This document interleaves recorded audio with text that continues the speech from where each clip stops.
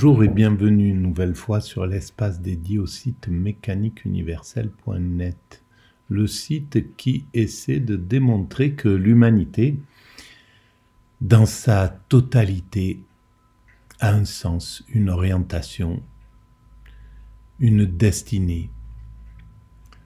Nous construisons, tous les êtres humains qui apparaissent sur cette planète construisent, par leur seule présence, l'état de perfection de l'humanité, l'état ultime de perfection, d'ultime perfection. Nous construisons le paradis, une sorte de paradis pour nos futurs descendants. Donc on peut imaginer ce que peut représenter un paradis globalement, c'est-à-dire la fin des frontières, un fonctionnement universel, l'homme qui n'est plus un loup pour l'homme, donc une vie sans danger, une vie de sérénité avec un esprit complètement libre, la fin du travail parce que tout est réalisé, donc un monde absolument harmonieux. Voilà, l'amour qui est la base, le bonheur, l'amour, la fraternité. Et ce qui en découle d'un état comme ça, c'est l'extase, l'éveil, le nirvana, peu importe comment on appelle cet état, mais un état de sérénité absolue. C'est l'état que toutes les grandes spiritualités cherchent à atteindre ou parlent ou ont compris en réalité. Et elles préconisent d'atteindre cet état de béatitude, d'extase, qui est la fusion avec le divin. Mais pour ça, évidemment, il faut avoir fini, réalisé le travail. Et donc, il faudra encore quelques siècles de travail. Mais on a fait la plus grande partie du chemin entre le moment où nous nous sommes séparés des autres primates et aujourd'hui. On a fait la plus grande partie du travail. Donc, voilà pour l'introduction. Alors, je vais reprendre ma réflexion sur le libertarisme et le libertarianisme ou libertarien, les libertariens. Qui a peur des libertariens, c'est l'épisode 3/4 consacré à Ayn Rand sur les chemins de la philosophie. Alors je lance et on y va. Qui est fou, c'est que Ayn Rand ne prend pas n'importe quel concept, on l'a dit, elle prend quand même la raison, donc c'est quand même massif pour justifier. C'est-à-dire que c'est presque... C'est-à-dire que pour contrer la théorie de Ayn Rand, c'est extrêmement difficile, puisque comme elle prend la raison et qu'elle en fait une valeur absolue, et que il est difficile de dire que la raison...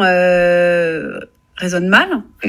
C'est difficile en fait du coup elle a choisi, disons, l'argument le plus redoutable, l'arme la plus redoutable pour pouvoir la contrer. Et puis en plus, j'ajoute quand même Alain Laurent qu'elle a appelé sa philosophie l'objectivisme, ce qui veut quand même dire qu'elle prétend être à la tête d'une théorie qui est objective et qui prétend en fait dévoiler l'objectivité des choses grâce à la raison. Donc elle s'impose elle-même en fait comme comment dire, elle se dit maîtresse du jeu, on peut pas la contredire.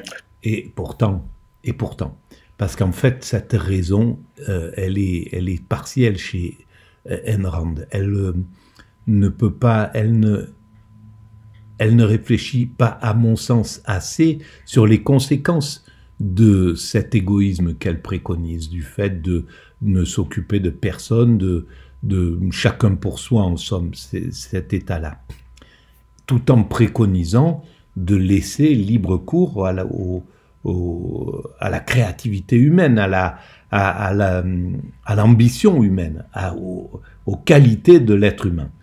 On se retrouve avec une philosophie qui me semble, à ce sens-là, proche de ce que pouvait préconiser Nietzsche.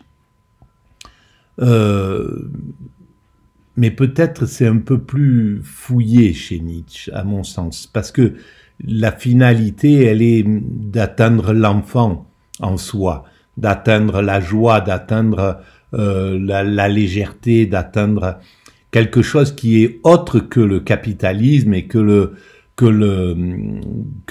travail, que la quête de la renommée, de l'argent, enfin tout ce que préconise le capitalisme. Et donc, à mon sens, il y a une une sorte de manque là. Oui, alors sur ce plan-là, d'ailleurs, c'est un argument qu'elle a utilisé. Ceux qui me contestent utilisent eux-mêmes leur raison. Par conséquent, en effet, ils reconnaissent le bien fondé de ma position. Oui, bien alors, sûr. Par ailleurs, j'y avais insisté déjà tout à l'heure, c'est pas du tout la raison pure, c'est une raison non seulement pratique, mais une raison qui se concilie avec une démarche empirique.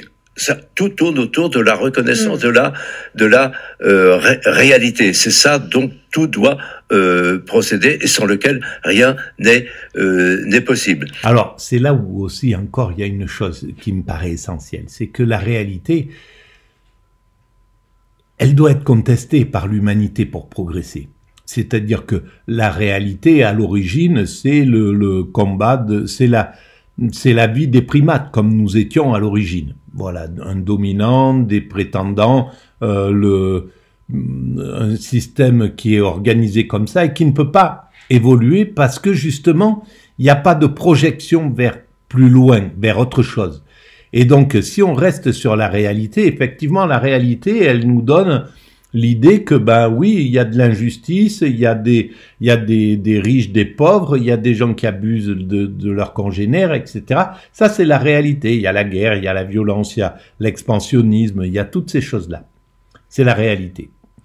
Si on reste sur ce modèle-là, ça ne peut pas progresser. Et c'est parce qu'on va contester ça, parce qu'on va vouloir plus d'égalité, parce qu'on va vouloir plus de justice, parce qu'on va vouloir plus d'égalité, que le monde peut évoluer dans un sens, dans le sens où il a évolué, c'est-à-dire vers le bien, parce qu'il a tout le temps évolué vers le bien en réalité, même si ça nous donne le sentiment, la violence, la guerre, les destructions, tout ce qu'on voit, nous donne le sentiment d'un recul. En réalité, c'est pas un recul, c'est toujours l'évolution vers cet état de perfection, sauf que les progrès techniques sont récupérés par le mal, entre guillemets, par la guerre, par la violence, la destruction, et donc font plus de ravages que ceux qui existaient à l'époque médiévale ou à l'époque des Grecs et des Romains ou à l'époque précédente. Et puis il y a le grossissement de l'humanité. Nous sommes plus nombreux, donc, etc., etc. Mais globalement, l'humanité est de plus en plus juste. C'est juste que elle réduit progressivement le mal. C'est juste que le mal nous irrite de plus en plus. C'est notre sensibilité au mal qui se développe. Et donc, on a toujours l'impression que le mal est toujours plus... Ce n'est pas le mal qui se développe, c'est notre sensibilité au mal. Possible. Alors qu'elle se retrouve maîtresse du jeu, oui, bien entendu. Et elle l'a souligné en se demandant comment je vais qualifier, comment je vais baptiser ma philosophie. À un moment donné, elle avait songé à la baptiser comme l'existence existe, la réalité est indépendante de l'esprit. Ça aussi, c'est quelque chose d'absolument fondamental. Mm-hmm. Tout se tient dans l'esprit humain, mais l'esprit humain ne peut s'accomplir, ne peut arriver à quoi que ce soit sans, au départ, se soumettre à la réalité.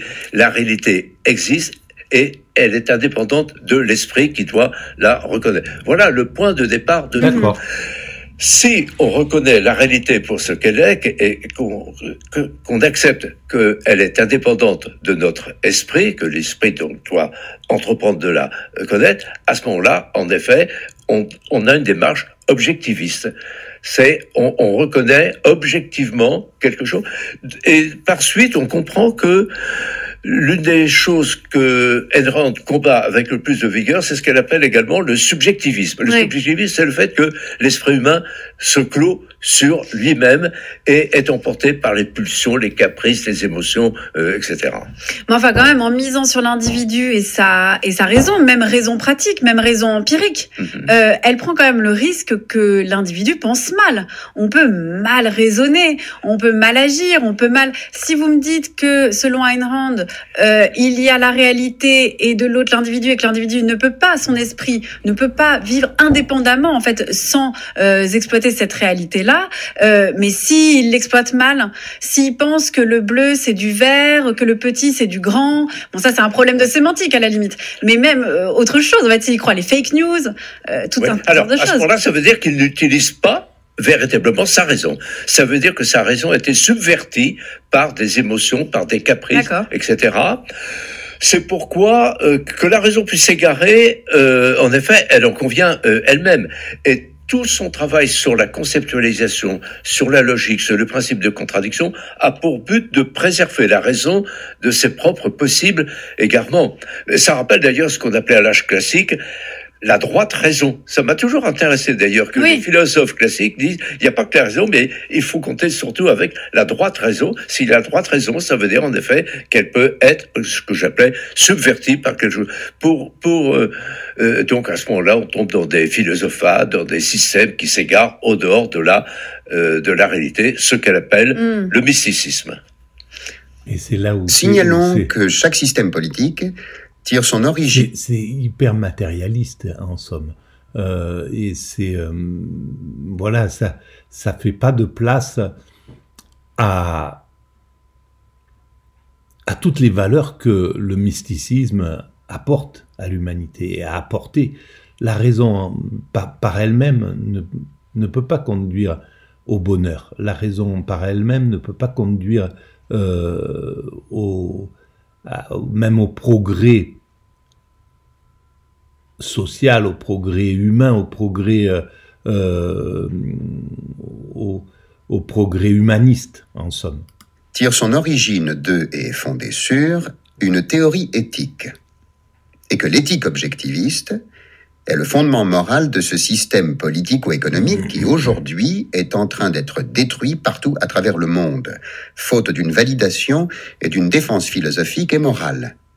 Je parle du système politique originel américain, le capitalisme. S'il périt, ce sera par défaut, n'ayant jamais été découvert ni identifié. En effet, aucun sujet n'a été autant occulté par tant de déformations de la vérité, de conceptions erronées et de fausses représentations. Aujourd'hui, peu de gens connaissent ce qu'est le capitalisme, comment il fonctionne et quelle est sa véritable histoire. Quand je dis capitalisme, je parle d'un capitalisme pur, non contrôlé ni réglementé, c'est-à-dire du capitalisme de laisser-faire, fondé sur la séparation de l'État et de l'économique, de la même façon et pour les mêmes raisons que la séparation de l'État et de l'Église. Alors c'est là où, malheureusement, on n'a jamais pu pratiquer cette chose-là pour voir à quel point, si c'est viable ou si c'est non viable. À mon sens, il est non viable. Pour l'instant, c'est juste parce que l'être humain est ce qu'il est actuellement encore. On n'a pas encore complètement maîtrisé le comportement humain. Quand l'humain ne sera plus un loup pour l'homme, oui, il n'y a pas de problème. Tant que l'être humain peut représenter un danger et un loup pour l'homme, ça peut pas fonctionner, quelque chose de dérégulé. Parce que très rapidement, un groupe d'êtres humains, de milliardaires, vont acheter l'ensemble de la planète. C'est tout, c'est simple. Et puis tout le monde sera les locataires de leur terrain, de leur espace, voilà, ils ont les moyens de faire ça, ils ont les moyens d'acheter des gens, ils ont les moyens d'acheter, et c'est pas pour rien que Jean-Jacques Rousseau dit, tant que, si on ne doit pas laisser à un homme la capacité pécuniaire d'acheter un autre homme, c'est tout, et c'est pas pour rien non plus. Parce que c'est bien connaître l'esprit humain que de se mettre des garde-fous comme ça. Et de l'Église. Un système capitaliste pur n'a jamais existé, pas même en Amérique, puisque dès le départ, différents degrés de contrôle gouvernementaux l'ont déformé et dénaturé. Le capitalisme n'est pas le système du passé, c'est le système de l'avenir. Mais non. Si l'humanité doit avoir un avenir. Alors, c'est là où Je pense que c'est un instinct naturel des êtres humains, surtout dans les démocraties occidentales. Nous sommes formés pour être sceptiques et attentifs aux grandes institutions, quelles qu'elles soient. Nous sommes sceptiques à propos de notre gouvernement, toujours aux États-Unis. L'État, les autorités locales, c'est sain, parce que ce sont de grandes et puissantes institutions, la police, l'armée, etc. Ça ne veut pas dire qu'on ne leur fait pas confiance ou qu'elles sont mauvaises.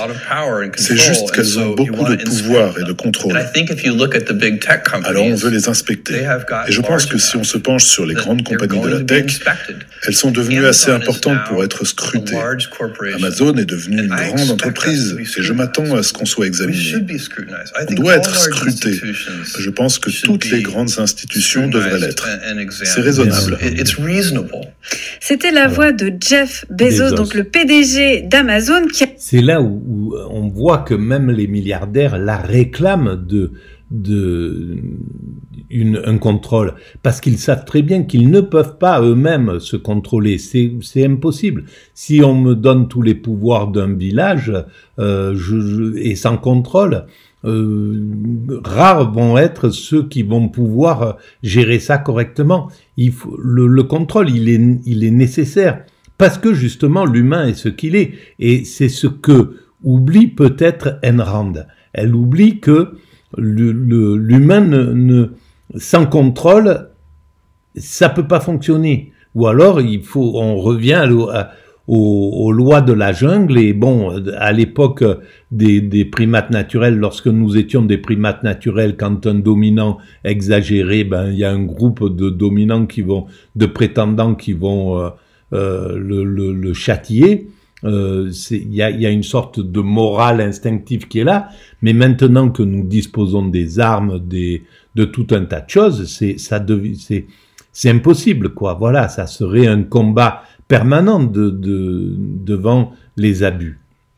D'Amazon qui a lu Ayn Rand. D'ailleurs, on se demande quelle figure aux États-Unis, quelle grande figure n'a pas lu Ayn Rand, puisque que ce soit Bezos, Trump, mais aussi Hillary Clinton, ils ont tous eu leur moment Ayn Rand. Donc on vient d'entendre en tout cas la voix de Jeff Bezos, qui, on pourrait se dire, est un héritier en fait de la pensée d'Ayn Rand, mais qui quand même, dans cette archive, on l'entend, c'est là où il y a un problème, parce que c'est presque proposé comme des bibles, et ça marche pas pour un chef d'État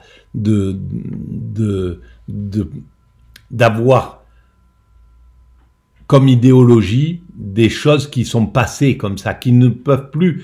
Il faudrait lire Ayn Rand et la critique d'Ayn Rand et les mises au point qui sont nécessaires pour ça. C'est comme quand les chefs d'État disent j'ai Machiavel sur ma table de nuit. On peut plus supporter un chef d'État qui se comporterait comme un prince. Et d'ailleurs, ceux qui se comportent comme des princes, ils sont en décalage complet avec le 21e siècle, avec le moment. Donc, il y a un problème majeur d'être dans cette façon de penser. Accepterait d'être scrutée par l'État, ce qui, à mon avis, si j'ai bien suivi Ayn Rand, Alain Laurent, elle-même refuserait d'être scrutée par l'État. Et d'ailleurs, on l'a entendu dans le texte juste avant, interprété par François Révezon, cet extrait de La vertu d'égoïsme. Elle dit bien qu'il faut qu'il y ait une séparation entre l'État et l'économie. Donc, est-ce que Ayn Rand véritablement a donné, naissance à une figure comme Jeff Bezos? Alors, c'est là où je devrais noter à chaque fois les choses, parce que c'est sur ça que je dois travailler. Tiens, je vais le noter là. Pourquoi on ne peut pas laisser les dominants dans la pleine liberté? Tout simplement parce que leurs qualités sont des défauts. Également, c'est des qualités sur certains plans, si elles sont maîtrisées, mais c'est des défauts si elles ne le sont pas. Ils ont un narcissisme qui est prédominant. Il y a eu une étude, il n'y a pas très longtemps, qui montre que, je ne sais plus, 20 ou 25% des patrons sont des psychopathes, ont une psychologie de psychopathe. Donc, on ne peut pas laisser un monde comme ça dans ce monde-là. Voilà. Alors,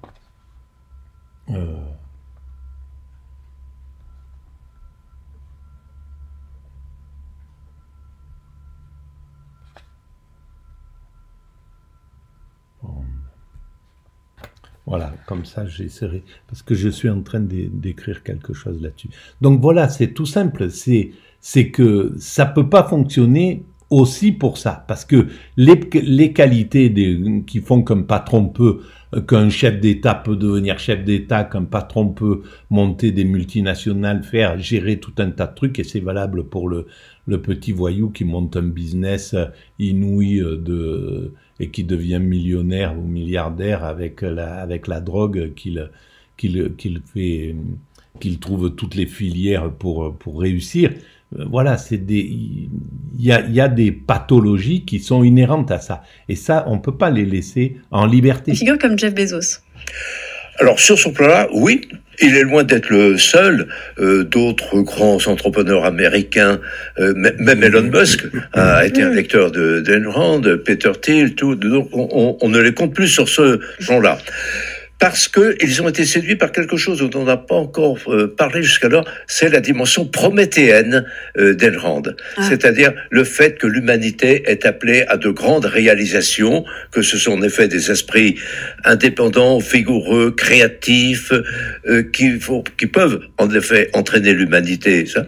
Quelque chose qui est... Mais c'est clair que ça joue tout ça, mais dans un système qui comprend la complexité, parce que bon voilà, moi des créatifs qui sont inconnus ou qui ont pas le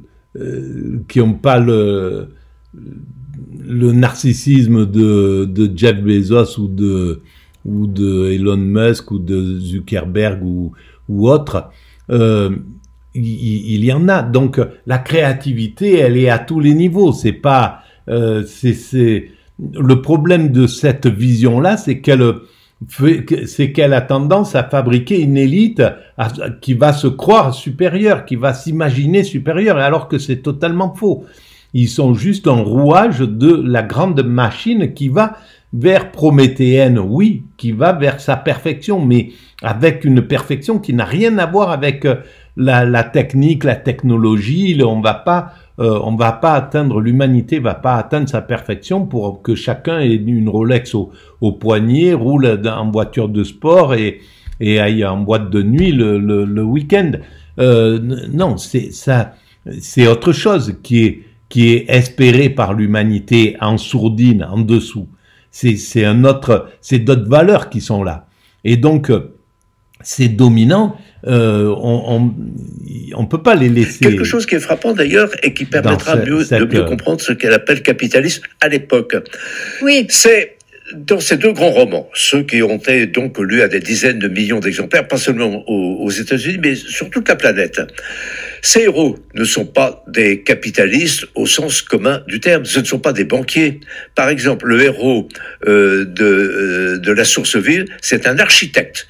Quelqu'un qui sait faire, et quelqu'un qui est jugé sur son efficacité à proposer quelque chose aux autres dont ils ont besoin et avec lesquels il va échanger. Quand on prend Atlas Shrugged, La Grève, John Galt, le héros, c'est un ingénieur, c'est quelqu'un qui vit pauvre. D'ailleurs, dans La Source Vive, à un moment donné, Howard Hawks, le héros, on lui propose de devenir riche, mais si il consent à écorner un peu ses principes. Il refuse, et il passe plusieurs années de sa vie à casser des cailloux dans des carrières, plutôt pauvres que céder sur les principes. C'est également le cas de John Galt. John Galt est l'inventeur d'un moteur qui doit révolutionner la production d'énergie, et sans provoquer de dégâts dans l'environnement, c'est presque de l'écologie avant la lettre, et quand on lui barre la route, en effet, il prend le maquis, si l'on peut dire, il devient clandestin, plutôt que de céder sur les principes, ce que Ayn Rand appelle l'intégrité. Donc voyez-vous... Mais ça c'est le héros de roman, et donc ça veut dire que elle...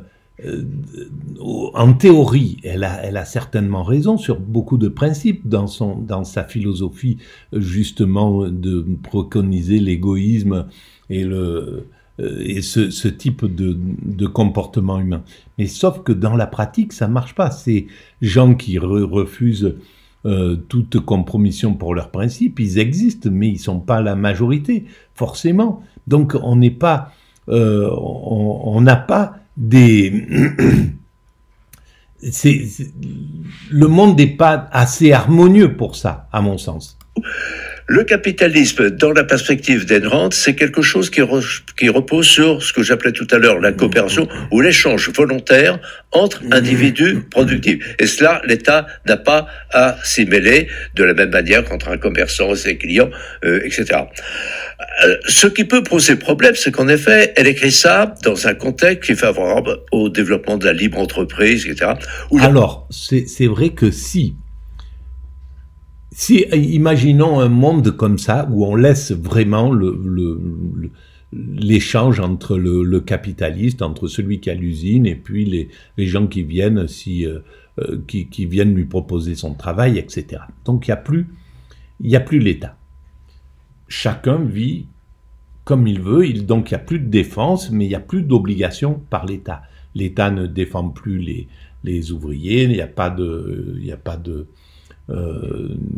quand tu es au chômage, il n'y a pas d'argent, il n'y a rien, tu dois te débrouiller, etc. Mais en même temps, il ne t'oblige pas. Tu n'es pas obligé à aller travailler. Si tu trouves une solution pour ne pas travailler, tu peux ne pas l'appliquer. Donc pour subvenir à tes besoins sans ça. Alors, est-ce que ça c'est viable si on peut avoir cette liberté, si l'homme peut accéder à un petit bout de terrain où il peut planter ses légumes, faire ses trucs et puis n'avoir que de compte à rendre à personne et puis juste aller voir l'entrepreneur et lui dire ben écoute, je vais travailler 2-3 jours avec toi pour le mois, là, ça me suffit, voilà, mais j'ai besoin de tant d'argent, si tu es d'accord, j'accepte, sinon je vais chez quelqu'un d'autre, etc., etc. Et qu'on arrive à trouver une harmonie à ce niveau-là, oui, effectivement, mais c'est un leurre, c'est pas ça. Et évidemment, l'État, il est contestable dans le fait que, par exemple, là, ceux qui sont éjectés du système, ce qu'on appelle les cas sociaux, entre guillemets, où les gens disent, ou les marginaux, etc., etc., qui touchent le RMI, le RSA, et qu'on va les obliger à aller quand même travailler. Il y a quelque chose qui va pas, parce que c'est l'État qui engendre des gens qui vont être asociaux, qui vont être sortis. La plupart du temps, ils ont été maltraités dans l'enfance, ils ont subi des choses que l'État, qui était chargé de son éducation, de voir s'il allait bien, que voir s'il n'était pas maltraité, etc., a failli à son obligation. Donc l'État est responsable de l'état de celui qui est exclu du système. Il en est absolument responsable. Et donc, en plus, il lui fait payer le poids de la faute qu'il a commise, l'État. Et c'est là où ça marche pas. Reprise, etc., où il n'y a pas tellement besoin de contrôler le capitalisme. Mais nous pouvons la juger actuellement avec... Alors, il y a peut-être une certaine candeur dans le fait que Ayn Rand n'ait pas prévu que ce qu'elle appelle capitalisme à l'époque puisse se développer de façon tout autre qu'elle ne l'envisageait, jusqu'à devenir lui-même intrusif, comme avec les GAFAM, etc. Oui, une sorte de puissance très coercitive. Et de même, elle aurait sans doute été aussi là ce développement du capitalisme qui a été le capitalisme financier. Ce ne sont pas des gens qui produisent, ce sont des gens qui surfent sur le travail et exploitent pratiquement le travail des autres. Voilà. Encore une fois, par exemple, dans son grand roman, il faut se pencher aussi avant tout pour bien la comprendre sur ses romans, parce qu'ils ont intérêt d'illustrer ses idées, ses vies. Alors, est-ce que ce qu'elle préconise, au fond, c'est pas. Il faudrait vraiment se pencher sur la question pour savoir si oui, effectivement, si l'État n'est plus à cet endroit-là, s'il protège pas les banques, si etc. etc. Si le système, il serait devenu un système ce capitalisme financier, si les GAFAM auraient existé dans un état de liberté absolue, sans État ou avec un État minimum, est-ce que ça aurait pu se produire? C'est ça qu'il faudrait vraiment analyser. D'illustrer ces idées, c'est vivant, c'est concret, on comprend tout. Les protagonistes de la grève sont des entrepreneurs. L'une d'elles, elle est la propriétaire par héritage d'une des grandes compagnies de chemin de fer de l'époque. C'est, si l'on peut dire, une cheminote qui adore vivre avec les cheminots de base, à les construire, etc. Elle est à la recherche d'un rail de qualité supérieure. Elle tombe sur quelqu'un qui, en effet, possède une aciérie et ils produisent un métal, ce qu'on appelle le métal dans le roman, le métal, le Rilon, qui a des propriétés tout à fait supérieures à tout ce qui... Mais encore une fois, ce sont des gens qui, grâce à leur esprit, grâce à la pénétration qu'ils ont d'une part de la besoin des autres, d'une part, et de la possibilité technique de les satisfaire, ça en marche. effet, peuvent faire fortune. Et alors, là, on découvre d'ailleurs... Ça, c'est ce qui se réalise. C'est comme ça que la vie on est dans un monde, même dans le monde communiste, c'était comme ça, plus ou moins. Même, bon, maintenant que le monde, il est devenu libéral, on va dire, dans son ensemble, chinois, russe, l'Europe, l'Afrique, tout le monde est dans ce mécanisme un peu libéral. C'est comme ça que ça se passe. On va chercher le meilleur, etc. Et ça entraîne effectivement une façon. D'ailleurs, un autre principe d'Ayn Rand qui s'applique tout à fait à cette situation, c'est ce qu'elle appelle le earned deserved, le gagné mérité. Donc, ce sont des gens qui ont gagné ce qu'ils reçoivent, ils ne l'ont volé à personne et par conséquent, ils méritent de le conserver. Donc de la même manière, on peut souligner ce gagné mérité, mais on peut aussi souligner le fait que Ayn Rand critique ce qu'elle appelle la culpabilité imméritée. Mais en plus, alors la chose qui va, comment gère-t-elle le fait que, on a gagné, on a mérité, ok, par nos qualités, on a réussi à monter une entreprise, mais nos enfants qui vont en hériter, etc. Est-ce qu'ils ont mérité quelque chose? Comment ça se passe à ce niveau-là? Est-ce que, une fois qu'on a fini, tout revient au pôle commun et l'enfant, il doit se débrouiller de son côté pour faire sa propre fortune, etc., pour ne pas être un assisté, en somme, du système? Comment ça se passe à ce niveau? Culpabilité imméritée. C'est-à-dire, en fait, de se sentir victime d'une chose qui, en fait, ne devrait pas nous toucher, ou inversement, de s'approprier quelque chose qui ne nous revient pas. Mm-hmm. Et on peut presque dire, Alain Laurent, que le capitalisme, tel qu'elle le défend, tel que je vous écoute, pourrait presque porter le nom de perfectionnisme. C'est-à-dire, en fait, on capitalise sur son être, on capitalise sur ses capacités, sur ses idées, puisque, comme vous l'avez dit, les héros de Ayn Rand, ce sont des travailleurs qui veulent, en fait, produire le meilleur, appliquer leurs idées, les rendre concrètes. Finalement, Ayn Rand rend presque le capitalisme extrêmement désirable. Tout à fait, c'était son objectif. Encore une fois, ce qu'on peut penser, c'est que qui s'est passé. Et comme d'habitude, c'est la théorie. Alors, à partir d'une théorie positive, certains vont prendre que des petites choses pour pouvoir abuser de leurs congénères. La mauvaise lecture de Nietzsche par Hitler, ça donne ça. La mauvaise lecture de Gramsci par l'extrême droite, ça donne cette chose-là, etc. Donc on peut pervertir, et c'est valable pour les livres sacrés, pour ceux qui vont les Daesh qui vont aller prendre des petits trucs sans rien comprendre à l'islam, ça va être ça, etc. Et c'est valable pour le judaïsme, pour le christianisme, pour l'islam, pour l'hindouisme ou pour le bouddhisme même. On peut arriver à en faire un sport de combat. Donc, il y a quelque chose qu'il faut voir avec ça aussi. Ce qui s'est passé après elle, faut se souvenir qu'elle écrit tout ça dans les années 40-50. Ouais. Donc, c'est très éloigné de nous.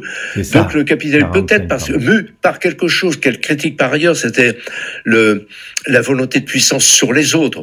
Il faut se rappeler du dernier mot de Ayn Rand, je ne demande rien aux autres, et moi-même, je vais respecter. Ouais. Donc, il y a cette intrusion. Alors, ça passe son plat actuellement avec les GAFAM qui ont un interventionnisme et une intrusion terrifiante dans la vie des individus. Donc c'est quelque chose, on a presque l'impression que le capitalisme de Rand, au fond, il s'est retourné contre lui-même, il a échappé à ce qu'étaient ses principes basiques qu'elle a si bien mais alors là, oui, le reproche qu'on peut lui faire de ce point-là, c'est peut-être d'avoir été un peu trop candide quant à la suite des événements. Sûr. Elle est loin d'être la seule à s'être trompée. Et puis surtout à être pervertie par les autres. C'est à ce que les autres en pervertissent la philosophie. C'est là où il y a quand même quelque chose de... Donc ça mérite vraiment d'avancer dans son analyse. Elle mérite vraiment d'être bien analysée pour en voir justement la bienveillance qui est derrière. Voilà. Et en même temps, dans le texte qu'on a entendu, extrait de la vertu d'égoïsme, sur l'éthique objectiviste, on a bien entendu quand même que déjà, elle était extrêmement inquiète sur le fait que le capitalisme, soit le système politique américain, était soit en train de se perdre et soit en train d'être menacé. Donc, elle avait... Oui, elle avait saisi ça, mais elle mérite vraiment de plonger dans son travail de façon, et bien le situer dans les années 40, bien voir que ça correspond plus du tout à notre état d'esprit, à ce que nous voyons comme horizon. Son horizon était pas du tout le même, etc., etc. Et l'horizon, c'est le fondement. Je vous remercie pour votre écoute. À très bientôt.